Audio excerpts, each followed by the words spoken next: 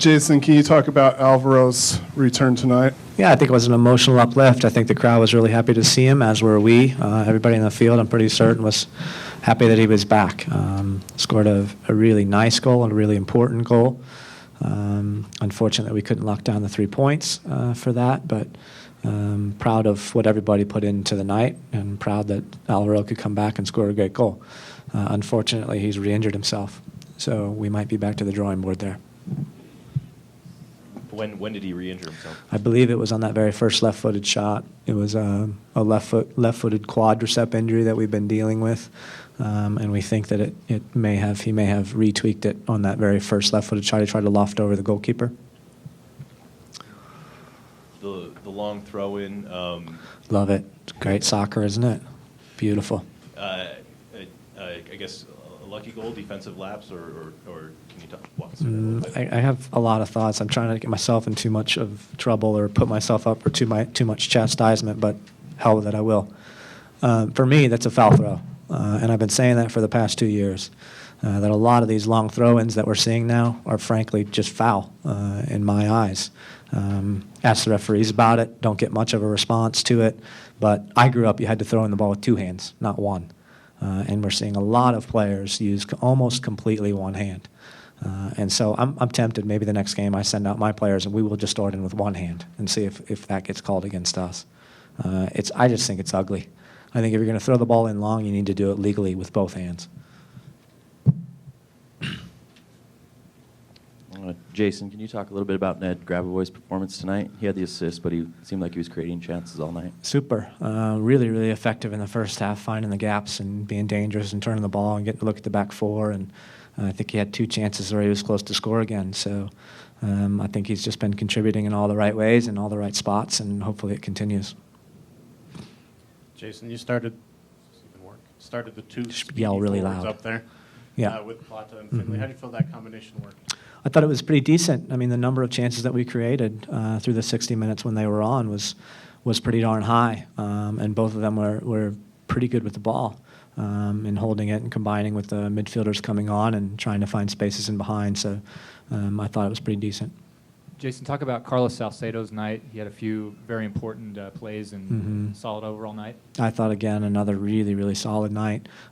He's got a bit of an injury issue he was dealing with. You could see at the end of the game he was laboring through. So he'll be somebody that we'll have to keep a close eye on as well.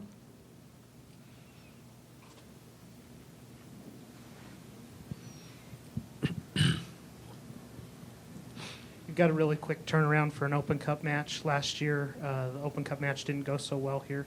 How do you prepare for that and make sure you don't have a similar letdown? Well, I think the first thing is to remind the players of that because that was a dreadful night, one of the worst in the history of this club, in my opinion.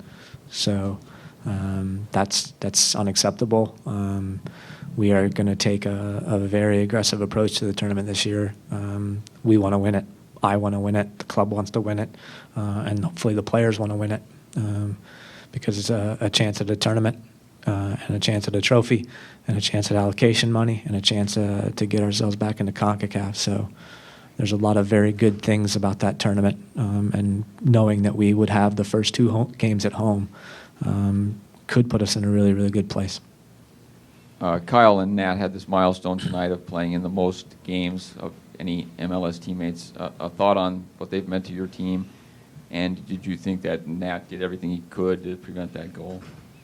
Oh, yeah. Actually, when I just re-looked at it, it's not Nat's mark. There is a player that was told to mark that person, and he completely lost him, the player that scored the goal. So, as much as I want to complain about foul throws, we still need to take care of our defensive responsibilities. If you're given a mark, you need to stay with that mark, and if you don't, then there will be repercussions for that. So, disappointed in that. Nat and Kyle have been irreplaceable, unbelievably important to us as a franchise, right up the core of our team, with center back and holding midfielder and add in attacking midfielder in Morales and goalkeeper in Raimondo, and you've just got a pretty nice spine in your team. So I'm pleased that those guys have shown the longevity they have, and very pleased that they're on my team.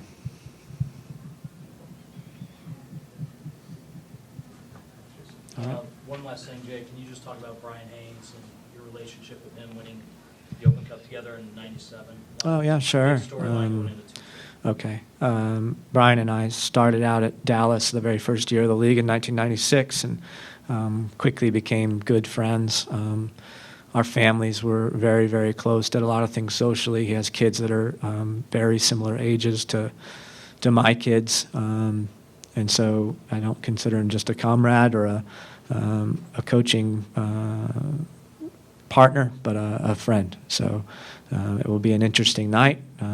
Hopeful to welcome him in with and then send him away with a loss. So it will be a good night. RSL hosts the Atlanta Silverbacks on Tuesday, May 28th at 7:30. Get your tickets today.